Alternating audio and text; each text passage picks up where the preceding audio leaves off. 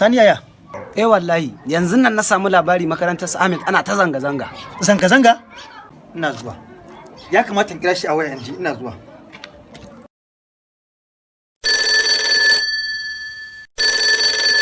Salamu alaikum. Amadu, wai me yake faruwa a makarantar ku? A zanga-zanga dai kawai ake a makarantar. Zanga-zanga? Amma ba ka ciki ko? To ka kwanta ka yi bacci, kar ka biyo 'ya'yan iska. Kar ka shiga cikin zanga-zangan nan. Yawwa, kar a ja ilata min kai. Haba, haba.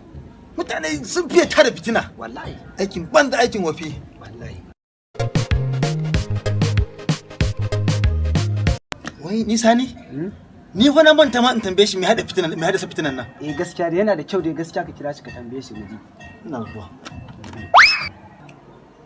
Amadu, wani ne janyo zanga-zangar? Ba komai bane ya jawo zanga-zanga, ƙarin kuɗin makaranta aka mana 30,000 akan abin da muke biya. Ƙarin 30,000? To kai kana ina?